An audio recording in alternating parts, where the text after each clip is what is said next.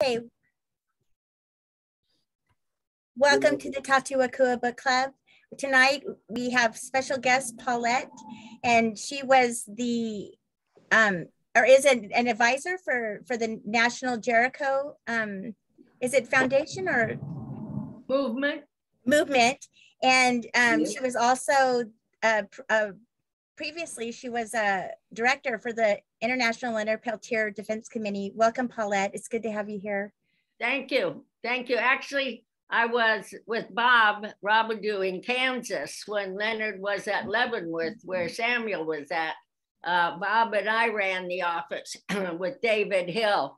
And so we've done this off and on for, it seems like our whole life. I mean, I met Leonard in 1972 when he was headed to the Trail of Broken Treaties. And I lived in Chicago, and we had a big fundraiser, and Leonard came and we all hung out and talked and had a great time and gave him some money, and him and the Caravan, because they were in the Menominee takeover prior to that. And so Leonard went on. And so I've known him, like Leonard and I say, we've known each other 50 years. And so that makes us in our early teens when we met. But I really still look like a teenager. Yeah, we were supposed to have read chapters 10 and 11.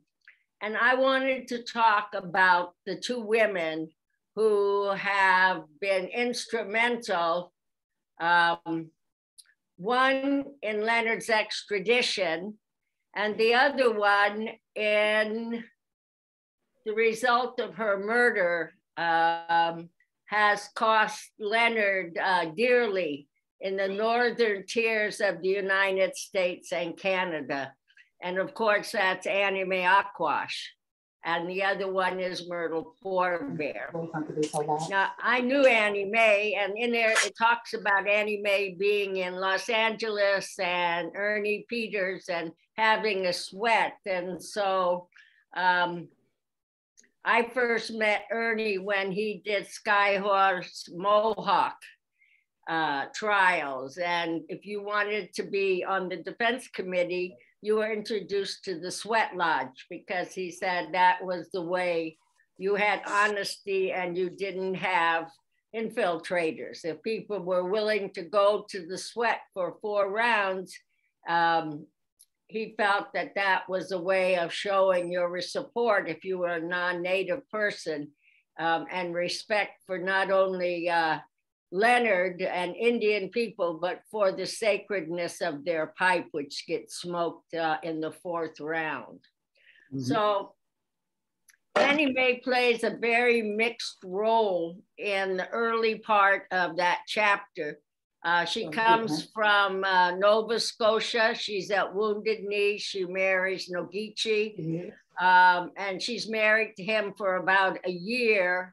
And then she breaks off from Nogechi, and she becomes involved in women's and children's work on Pine Ridge. At the same time, she becomes involved with Dennis Banks. And the role that she plays in that part of her life and his life is that she is his mistress.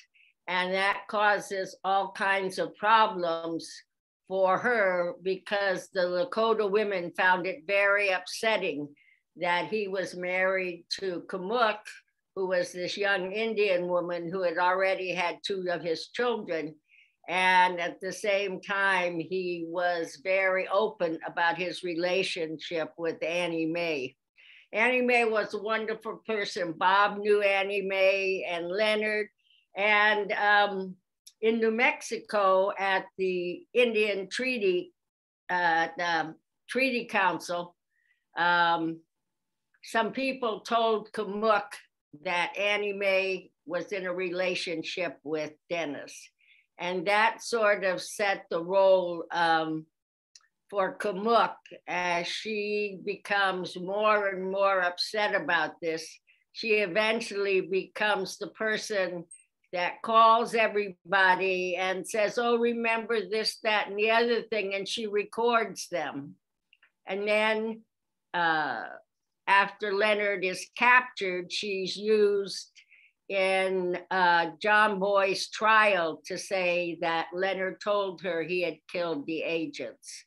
She and her sister Bernie both testifies to this at both Arlo and at John Boy's trial. So her relationship is, and she's now married to a former goon and lives on Pine Ridge.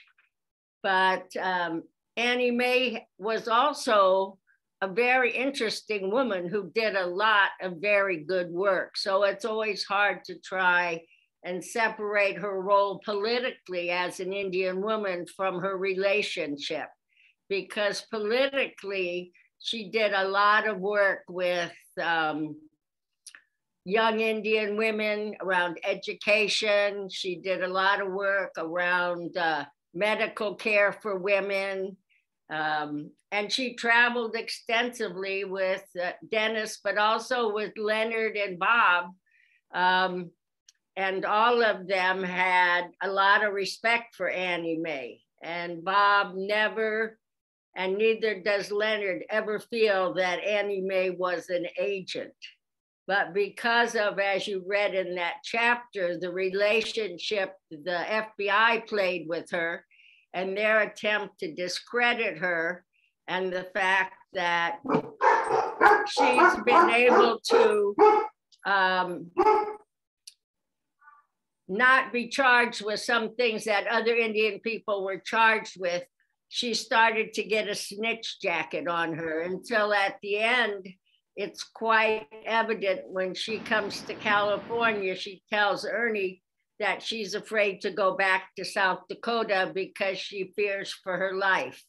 And so John Trudell, who was her very best friend, was supposed to be taking care of Annie Mae, and somewhere along the line, their relationship gets fractured, and she's sort of on her own when she's taken from Denver, Colorado to Rapid City, then to Women's Council in Pine Ridge, and then she's assassinated. And so her role plays a very mixed bag. There's a book called Annie Mae, Brave-Hearted Woman by Brand, which goes into more detail, a more personalized view of Annie Mae than you get in The Spirit of Crazy Horse. There she plays a peripheral figure, always in the mix, but never sort of on the inner circles until the Oregon events. But if you get a chance to read it, it's called Brave-Hearted Woman, the story of Annie Mae Aquash by Brand, B-R-A-N-D. It's wonderful. And you see her as having multiple relationships and roles, just like most people do in the movement, you know, with some people, they're your comrades, and other people, they're just friends. And so Annie Mae played a different role with the elders than she did with the young Lakota women, than she did with Bob and Dino and Leonard. So she's a complicated woman, but in another way, she's very easy to understand in that her struggle for the people, and whether it was in Nova Scotia or whether it was on Pine Ridge, there can be no question that she was totally committed to Indian people. But like all of us, she's a human being, and I guess the heart wanted what the heart wanted, and she was willing to sacrifice her reputation to be with Dennis, because Dennis does not play a good role. I mean, there for a while, Dennis is sort of on the fence about her being an agent. Later on, he comes out and said, well, I never really said that, but his actions when he and none of the other AIM leadership went to her funeral, was very clear as to how she was seen. She was buried primarily by women. That's who she supported and that who protected her, and that's who ended up burying her. So she plays that role. And of course, she wrote to her sisters and she told them what was going on, and they begged her to please come back to Canada, that the AIM in the United States was too deadly. And after she's killed and they cut off her hands and then they find out who she is and she's reburied, her daughters become very upset with the AIM leadership because nobody is willing to sort of put to rest what happened to her. And over the years, both of her daughters have put out some pretty horrifying things about Leonard. When John Boy was arrested, Leonard made a statement that he did not think another AIM man should go to prison for something he didn't do. And they took that to mean that he was defending John Boy. And ever since then, they have spoken out against Leonard. They have organized against Leonard. The Dreebers have a huge gathering in February on the day Leonard was captured up at Little Boys. And I've been at it 2 or 3 or 4 years. And when you first went, it was huge. There were hundreds of people that would come. And the last time I went, there wasn't 100 people there at all. And it was all because they said, you know, they couldn't support Leonard because as women, they felt that he had not acted appropriately as a warrior and stood up for Annie Mae and called AIM male leadership into question. And so there's been a couple of tribunals around murdered and missing Indian women in Canada.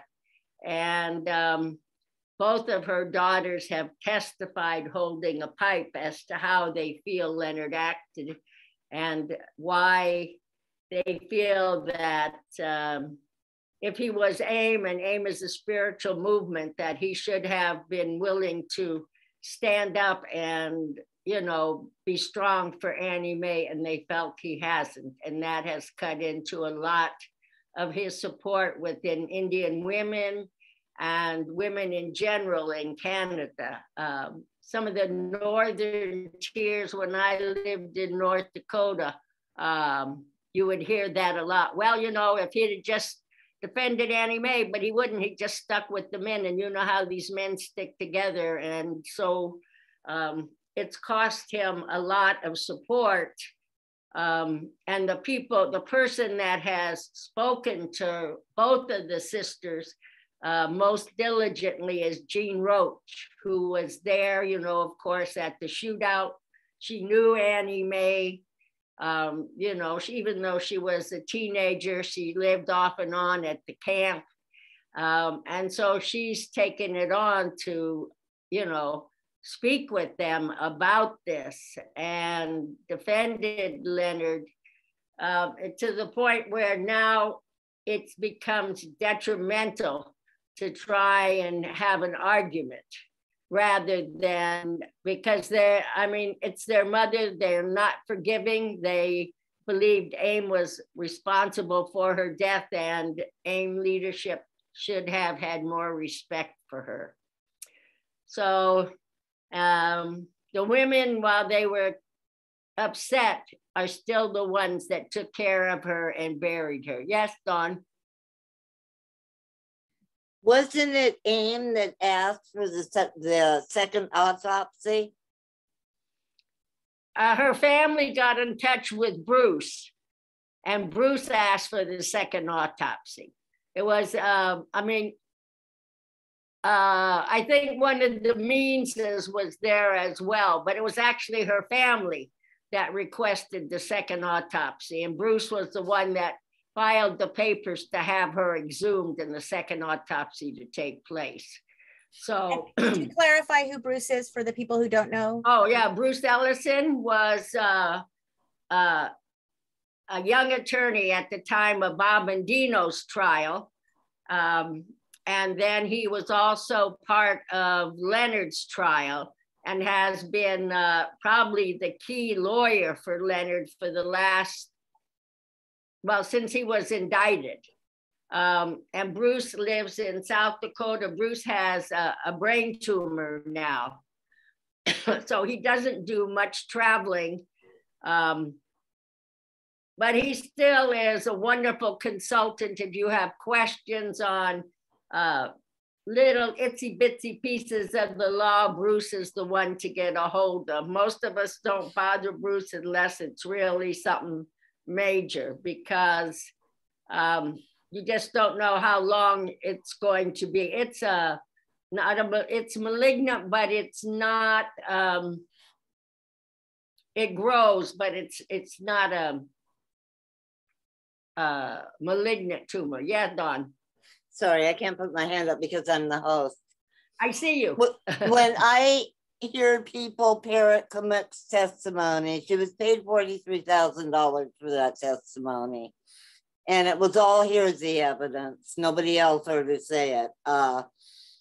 The attorneys of that trial repeatedly said Leonard Peltier is not on trial, but they said, goes to state of mind. I tell them that Agent Price told her if she did not testify against Leonard, he would see her dead within a year. 2 weeks before she died, she confided to her attorney that she would be murdered soon and that it would be on the FBI. When Price found her, he cut off her hands and had her quickly buried as a Jane Doe. He knew who she was. He had arrested her twice. Right. So how would you go about defending Leonard to these people that say Leonard killed Anna Mae? I mean, how could he stand up for her being in prison? Well, I don't think anybody says that Leonard killed her. What they say is Leonard is part of AIM leadership, and you have to realize that Leonard wasn't part of AIM leadership. Leonard was Dennis Banks's bodyguard. He ran with them like Bob was Russell Means's bodyguard. But as far as being part of the inner circle, it was Dennis and the Belcourts, people out of Wisconsin, you know, a very select grouping of early Aimsters who had the leadership roles and maintained it. But Leonard played a crucial role in that, which was the Robidoux and Peltier family, never had any infiltrators, and they were known to be the straight shooters. They were the people that you couldn't corrupt, that if they were given an assignment, they took care of it and they did it, and they were respected. And so through Leonard's work was how he became put into this role. And so Leonard is the one that they can see. Leonard is the one that had the relationship. I mean, there's a wonderful movie out there too called Bravehearted Women. And in it, Leonard talks about they all went to a ceremony, and afterwards they had this wonderful dinner. And on the way back, he and Annie Mae are walking back to camp, and she said, "Oh, that was a great beef stew." And he says to her, "Oh no, Annie Mae, that was puppy stew." And Annie Mae goes, "Oh my God," you know, and he said, Annie Mae's eyes got just big, and he said, "You know, my sister," he said, "you know, what can I tell you? It's a Lakota custom." So because of that, because people knew that she had the respect of Northwest AIM and everything, was one of the reasons they were so upset that none of those men stood up to defend her or to protect her.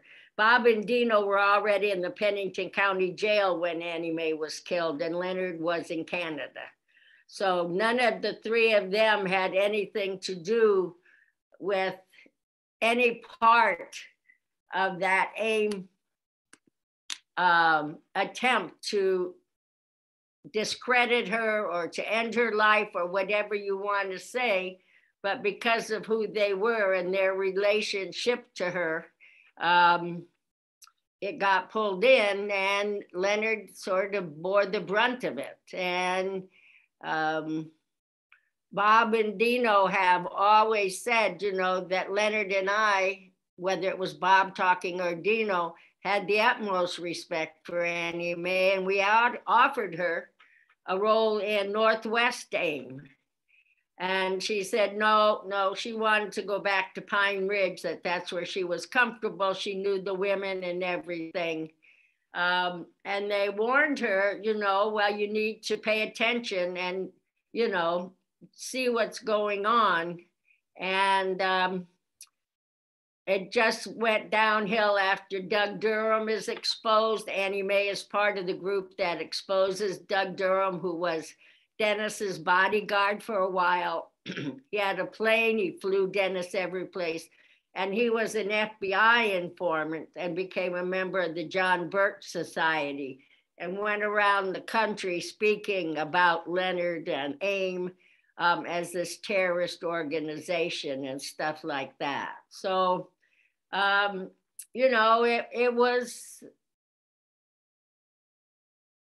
very hard when you isolate yourself in some ways by her relationship with Dennis to have people have your back when you grew up with Kamuk and everything. So, you know, that was her decision, and she was willing to allow it to happen and to be part of it, and made no bones about her relationship, even though they traveled together, she and Annie Mae, I mean, Kamuk and Bernie and Annie Mae all traveled with Dennis and Bob, not Bob, but Dennis and Leonard, you know, going to Oregon. So it's complicated, but at the same time, you know, once you make these decisions and you're on this path, and once she was on the path, she didn't want to change. So part of that, of course, is bringing consequences on yourself. Yes. I see you, Dawn. I think it's important to note that she was on Leonard's defense witness list when she was murdered. And they had her in a room for hours, telling her that if she, Annie Mae, they had her in Annie Mae was already dead. Annie Mae was dead. You're talking about the Oregon trial. That's the Oregon trial, not the Fargo trial. That's with Dennis and Redner and Loudhawk. But that was on that trial. Even though Annie Mae was dead, they left her on as a witness. But that was the Oregon trial. That wasn't the Fargo trial. Thank you for the clarification, Paulette. Yeah, thank you, Paulette. Yeah. Kim had her hand up. Well, she already answered my question. So, sorry about that. So, and of course, Leonard never stood trial in Oregon either.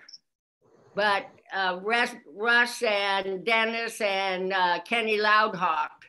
And of course, Kamuk was sent back to prison because she was out on a bond. And Annie Mae was sent back to South Dakota because she was on a bond as well. And then Kamuk has her second daughter, Iron Door Woman, when she's in prison. How long was Kamuk in prison for? I think she did maybe less than a year. And that was for what happened in Oregon or for? No, Oregon. Okay. Because she was on parole, like from a thing, and if she was well, if you get in trouble, you know, they revoke you and send you back. And so she was revoked and sent back to prison. Welcome, David. Welcome, David. David just signed on. Welcome, Mr. David Hill. Thank you. Thank you. everything that Kamuk said during that testimony has been disproven. She said a lot of stuff about being held hostage in Marlon Brando's RV. And there were people there that said that she came and went as she pleased, that she was on good terms with Leonard right up until the time he left for Canada. Right. Yeah, Leonard and Annie, Kamuk and Bernie all hung out together with Bob and Bob's wife, Andrea Sky, who's from Cheyenne River. They all hung out together when they were on Pine Ridge.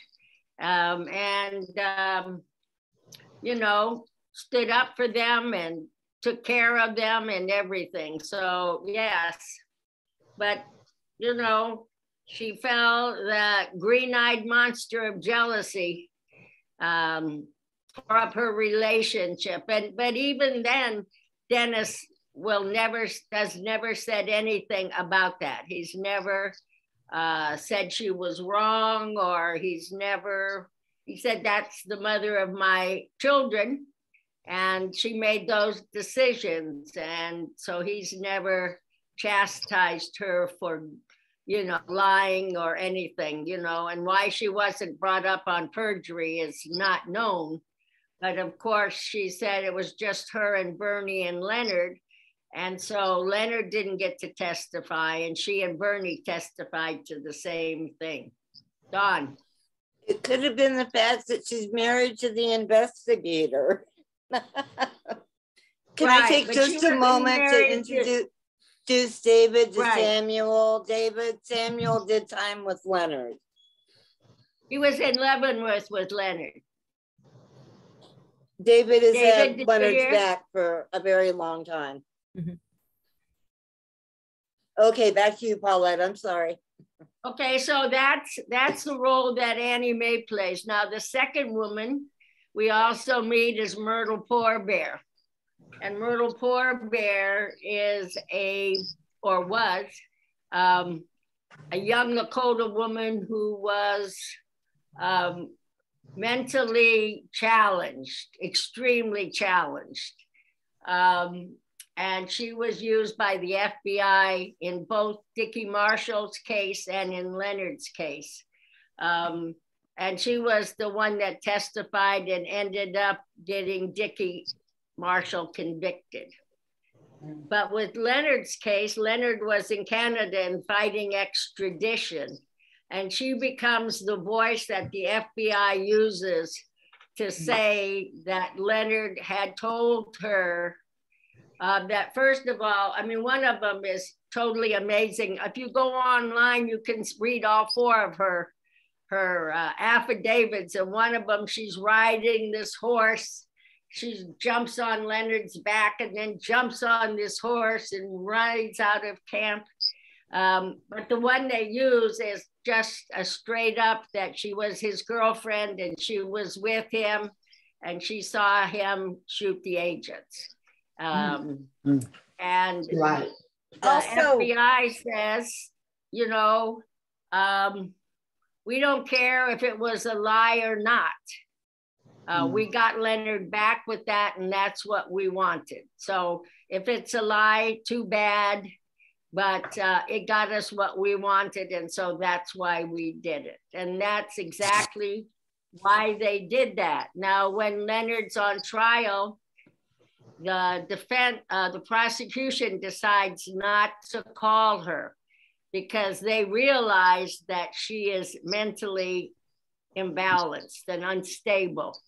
And so the defense calls her and they have this hearing just before the judge and the defendant and the prosecution.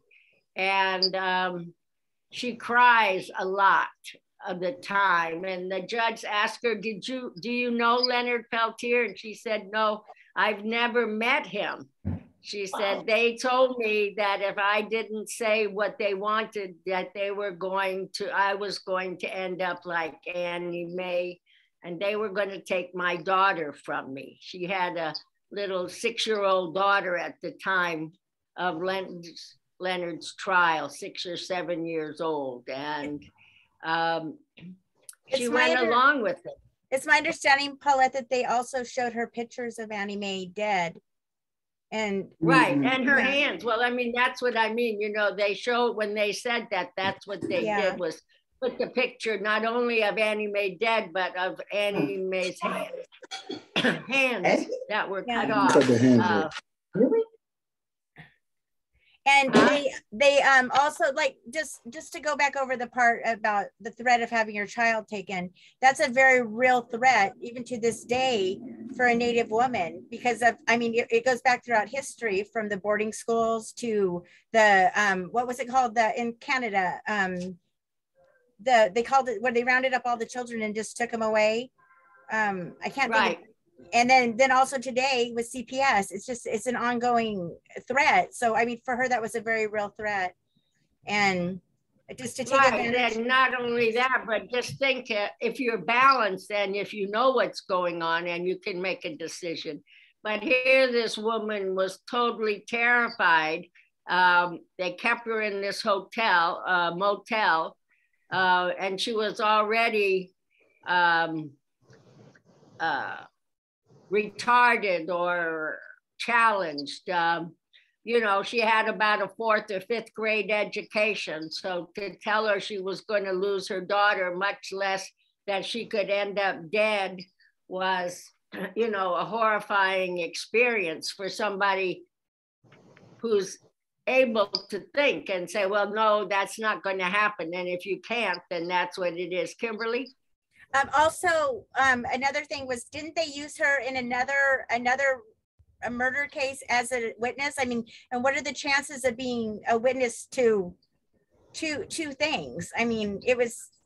Well, she was the girlfriend to both of them. One was Richard Marshall, and the other one was Leonard. And in Richard's case, she's becomes the deciding factor of getting him convicted. Is he still in prison, David? I don't know. I doubt it. He got a life sentence, but I don't know if they ever appealed it and it got overturned or anything. What was he convicted of? That shootout in Scenic, in the bar in Scenic, the man that was killed with Russell. I think he got out. Oh. Okay. So, but you can see that what that happened. And so when she's on the stand, she testified, tells the judge, you know, I didn't know him. I've never seen him until I came into court. And there's Ann Drever. Hi, Ann. Welcome, Ann. It's a pleasure to have you here. And so the judge says, you know, I'm not going to allow her to testify because it would do nothing but confuse the jury. And so rather than let them hear what had happened to Myrtle and what they had done in order to get these affidavits, the judge refuses to let her testify. And also Bob and Dino were up in Fargo and were waiting to testify for Leonard, but were never called, and they could never understand why Tagoff didn't call them to testify, because of course they had been acquitted on the grounds of self-defense. And they felt if they testified, it would in fact put Leonard in the same camp with them. And if all three of them were charged with the same thing, then Leonard should be acquitted the same way they were. And so by not allowing Bob and Dino to testify, it kept two powerful voices from speaking up for Leonard. David, do you have anything to add about Annie Mae or anything? Well, I met her briefly, and at the time that I met her, she was totally trusted and accepted, and there was no hint or anything of any suspicion about her whatsoever. You're talking about Annie Mae? Yeah, Annie Mae. They you know, there was nothing, and I hadn't met her before, and nobody told me, said, watch out for her or anything. You know, there was no mistrust of her whatsoever. And, you know, there was, if anything had happened, they would have definitely taken up for her in any way possible. Dawn? Something she said just a few days before she died was, remember me when it rains. She told her friends, remember me when it rains. She told that to John Trudell. Mm-hmm. She told that to John Trudell. Yeah, I do. When it rains, I think of Annie Mae. Does anybody have any questions for Paulette? Anything else about those 2 chapters?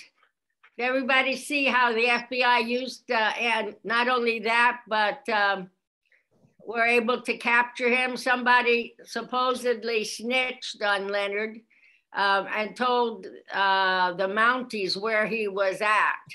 And he was up there with the man named Black Horse, who has, to this day, I believe, is still hiding out someplace in Canada, but has never come back to do anything for Leonard. And so the Mounties come in and they capture him at Little Boy's. Small Boy, Little Boy? Small Boy Camp, I think it's called. Yeah, Small Boy Camp.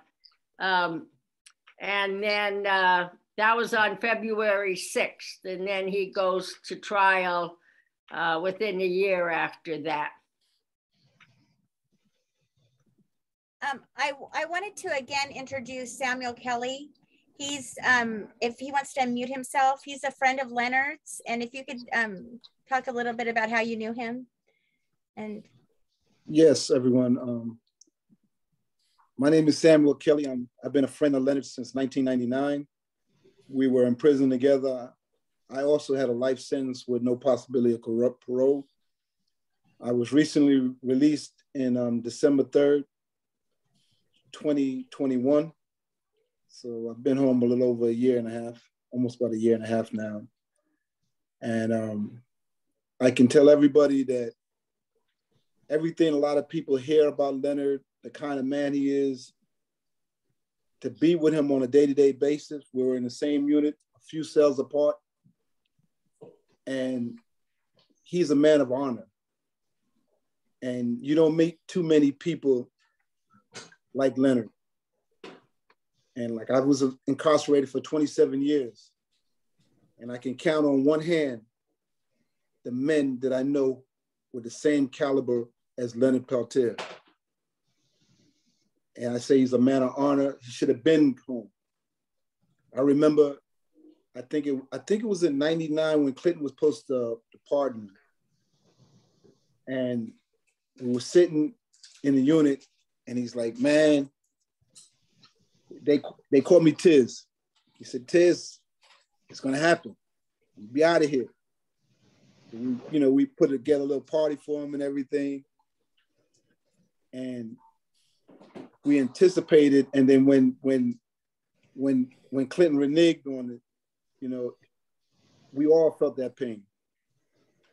Because when you're in prison doing that type of time, it's a different than doing a 20-year bid or a 30-year bid, because at the end, on such and such a day, you're coming home. But when you have life without parole, that means you're coming home in a coffin. So when we find or hear that one of our comrades is going home, it's a big thing. It's like all of us is going home. A part of every one of us is going home. When I came home, I got salutes from people from so many different penitentiaries. And I didn't even know how fast that my name traveled through all the prisons that I was coming home.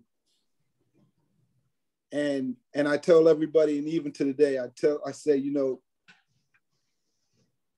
I'm out here fighting for the guys who are still behind, because I can never turn my back on any of my comrades, because I know whether it was Leonard, whether Suriati, whether it was Matula Secure, that they would always be fighting to help me come out. So it's my duty and my honor to stand in Leonard's place and to help him in any type of way to be released from federal prison. Because no man should have to have done the time that he has already done, no matter what the crime is, whether the person did the crime or not. I've been in prison and I've seen dudes with murders, multiple murders, go home, come back, go home again. And most of them probably deserve to be where they were at. But when you have a person like Leonard who don't deserve to be where he's at, who has honor, integrity, and believes in his people and believes in the cause of helping and standing for his people, those are the ones who should be out there. And everyone who stands, whether they write a letter. All that and David Hill and everyone, and you're under your fucking name. Excuse me? I can't figure out who's talking. That sounds like Frank. Who's Hey, Frank? Ann, is Frank with you? Ann Drevers, is Frank with you? Colette, it's Ann. How are you doing? Hi, who am I speaking Go to? ahead, Samuel. Whatever it was, it's gone. All right. Welcome Well, home, my friend. I just want to say that, you know, Leonard deserves to be home with his family, his loved one, his community, his people. And anything I could do, I'm going to do to help him. Because I know he would do that for me and for everyone else who are political prisoners. And I wasn't a political prisoner. But he embraced me because of my character and who I was and how I carried myself. And I'm honored to be named as his friend. Up to date, my brother-in-law is in the prison where he's at right now. My family went to see my brother-in-law this weekend, and they had the pleasure of meeting Leonard out on a visit. And so I just want everyone to know that he is a man worth fighting for. And thank you. Thank you, Samuel. Welcome home, my friend. Thank you, Thank you so Samuel. much. And Samuel, you know, Sundiata's home now too. Yeah, I know. I know. I'm trying to track him down. Actually, Well, Samuel, Samuel, put your email in the thing, and I'm in touch with him through Jericho, and I'll try and get you a number for him. Okay. So put your email in the chat, or if Kimberly and them know how to get a hold of you, let me know afterwards, and I'll see what I can. Kimberly can get in contact with me. I have his information. I also wanted to add something. It's Leonard also wanted his contact information too. Soon. I know. I wrote. I'm on that. Okay. Thank you, Colette. Andrew has his hand up. Go ahead, Andrew. Samuel said he would like to do stuff with Leonard Peltier. Samuel, my name's Andrew. I actually have a petition I've been working on for the past 5 years, I believe. And yes, to been calling for President Biden and, of course, President at the time to grant clemency to Leonard. And I think it's around 68,000 signatures. I'm trying to. And you can have my signature also. All right, I'll put a link to a link. Tell me what I got to do, and you have my signature. Okay. Yeah, I'll put a link in the description or the chat. Exactly. Thank you. Thank you. And it'll be an honor for me. Thank you. Samuel, would you mind if I gave you a phone call? Excuse me? Would you mind if I gave you a phone call? No problem. Thank you. Okay. Okay. Wanted to ask your permission first. Thank you. Yeah, no problem. Thank you so much. I'm honored to be here tonight. And I would have been here last week, but I got caught up in some things, and but I'm here tonight, and I will be here as often as I possibly can. We are honored to have you. Thank you so much. Does anybody else have questions for Samuel or Paulette, or any observations on the chapters?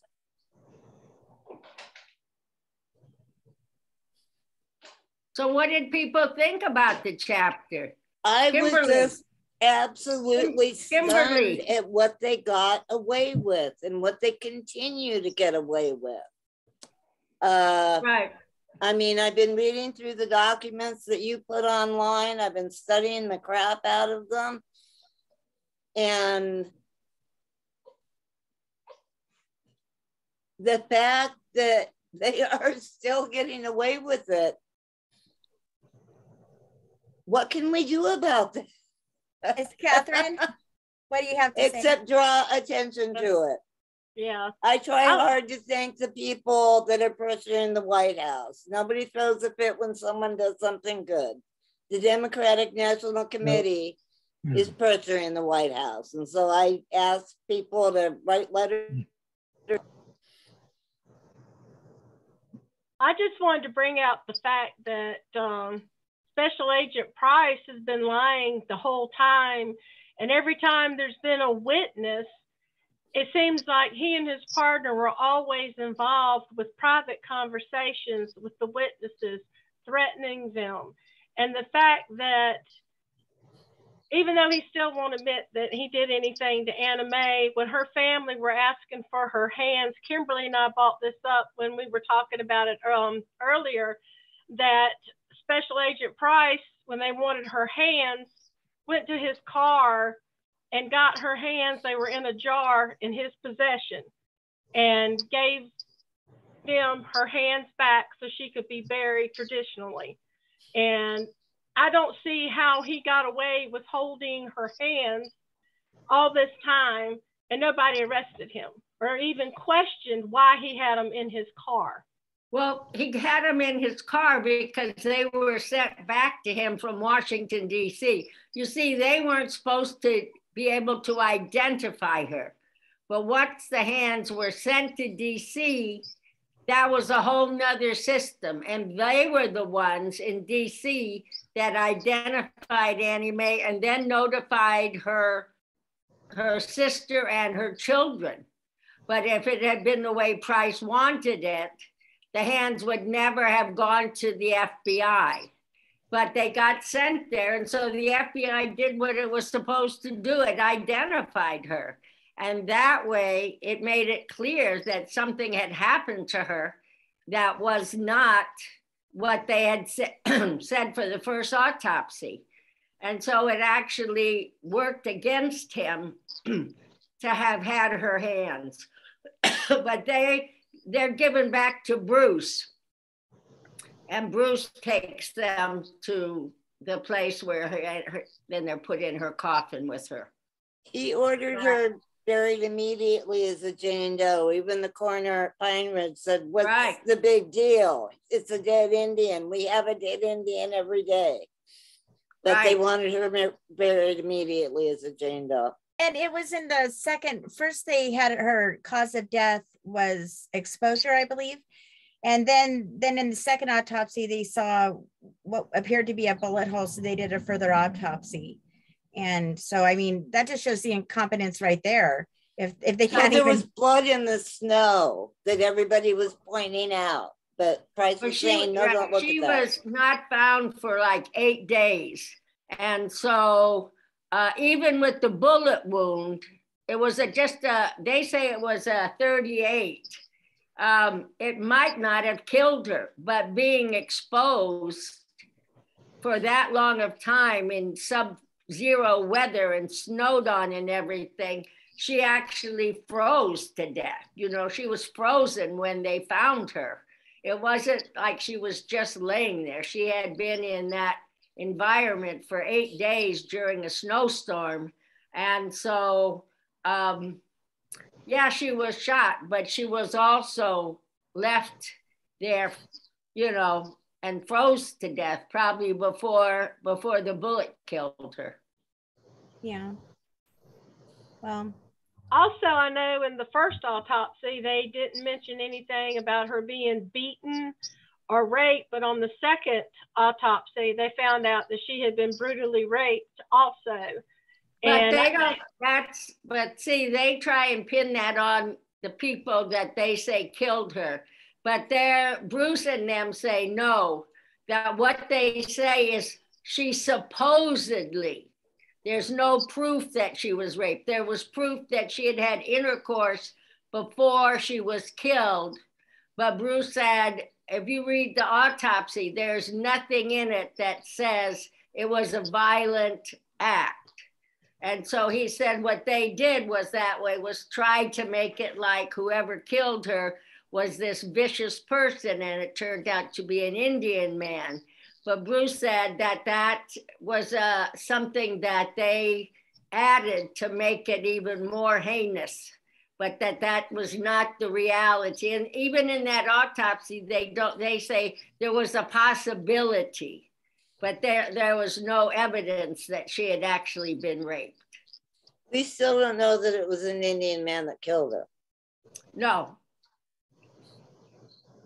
Well, two Indian men were charged and convicted. Yes. And John Boy is fighting, and he just had a major hearing around extradition from Canada, which he's fighting. And that's, there was a hearing on that. And I don't know if they've come back with whether or not they're going to try and do anything about it. But he's in Sioux Falls, in the men's prison there in Sioux Falls, South Dakota.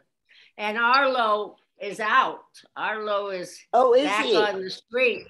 Yeah, Arlo only did like 3.5 years because he made some kind of agreement to testify against John.